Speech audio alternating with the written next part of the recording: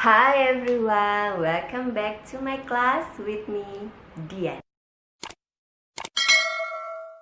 Di pertemuan kali ini, kita akan belajar mengenai menggambar sketsa atau menggambar freehand. Apa itu menggambar sketsa? Gambar sketsa merupakan goresan awal untuk mengekspresikan gagasan kita ke dalam sebuah gambar desain. Nah, kalian pasti mikirkan, pasti ada yang nanya-nanya dalam hati. Loh, kita kan anak teknik sipil, kita kan bukan jurusan seni, kita kan bukan arsitek, ngapain kita harus belajar menggambar freehand, sketsa? Itu kan kayak belajar seni atau belajar, itu kan tugasnya arsitek, ngapain kita harus belajar itu? Oke, mengapa kita harus belajar menggambar sketsa? Nah, saya kasih contoh. Seorang arsitek dengan ide-idenya mengenai sebuah bangunan datang menemui seorang civil engineer dengan maksud untuk mencari solusi struktur yang akan digunakan dalam bangunannya. Struktur yang seperti apa? Saya punya proyek konservatori untuk ide desainnya seperti ini. Dan mulailah seorang civil engineer memberikan solusi mengenai struktur yang akan digunakan untuk desain si arsitek ini. Dia menuangkan isi pikirannya melalui sketsa dan dia mulai mencoret-coret kertas mengenai beban dan gaya yang akan bekerja pada bangunan sehingga menghasilkan desain struktur yang cocok. Oke, cukup mengerti contohnya mengapa kalian seorang civil engineer juga belajar sketsa. Sekarang jenis sketsa. Sketsa ada 3 jenis. Sketsa observasi, kedua sketsa imajinasi, dan yang ketiga sketsa representasi. Sketsa observasi, contohnya kita berada di sebuah ruang atau suatu tempat dan kita mencoba memindahkan apa yang kita lihat dalam ruangan itu atau tempat itu ke dalam sebuah kertas melalui sketsa. Jadi apa yang ada di depan mata kita pindahkan ke atas kertas. Kita mulai mensketsanya, keadaan ruang itu atau keadaan lokasi itu seperti apa. Kita mulai menggambar. Nah, itu disebut sketsa observasi. Ini adalah contoh gambar sketsa observasi yang dibuat oleh Mem Febriana, seorang dosen teknik sipil di kampus kita.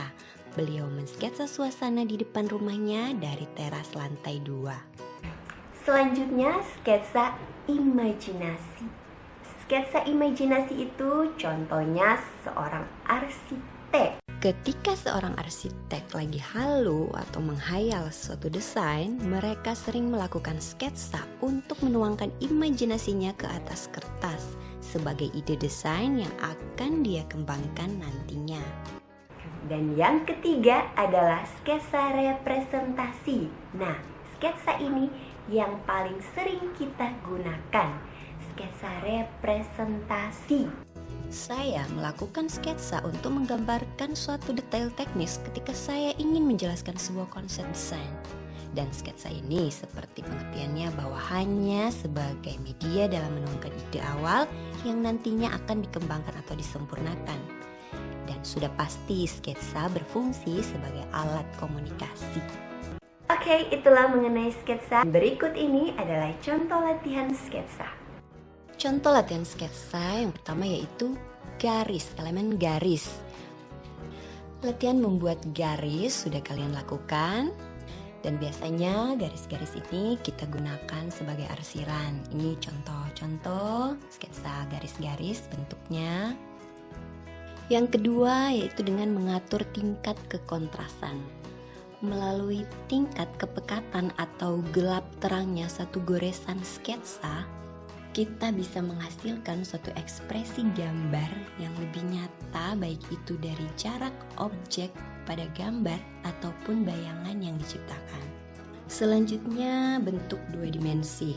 Kita latihan mulai dari titik-titik dengan jarak-jarak tertentu. Selanjutnya dibuat grid dan kita membuat pola ruang. Misalnya kita akan membuat denah, kita membuat pola ruang dari grid-grid yang sudah ada. Dan pada akhirnya kita menghasilkan satu bentuk atau denah yang akan kita gambar. Contoh selanjutnya membuat bentuk 3 dimensi. Misalnya kita akan membuat kitchen set seperti gambar ini. Kita mulai dari titik-titik bidang horizontal dan titik-titik bidang vertikal, dan kita mulai menghubungkannya dan kita menghasilkan suatu objek 3 dimensi seperti contoh pada gambar ini. Jadi ide awal atau latihan dasarnya melalui titik-titik dan menghasilkan objek 3 dimensi seperti ini. Latihan ini kita bisa mengatur komposisi 3 dimensi gambar yang akan kita buat. Latihan selanjutnya misalnya kita akan membuat suatu objek 3 dimensi dan kita bisa menggunakan bentuk 3 dimensi, bentuk geometri sebagai gambar awalnya, dan kita mulai melakukan sketsa di dalam bentuk geometri itu sebagai dasar bentuk objek 3 dimensi yang akan kita gambar. Contohnya seperti pada gambar ini. Latihan sketsa selanjutnya yaitu dengan menggunakan skala dan proporsi. Misalnya kita akan membuat sketsa tubuh manusia 2 dimensi, maka awalnya kita akan membuat garis-garis ukuran agar sketsa tubuh manusia itu terlihat proporsi bagian kepala, badan, dan kakinya. Oke, sekian untuk materi sketsa. Kita lanjut untuk membuat tugas. Ciao.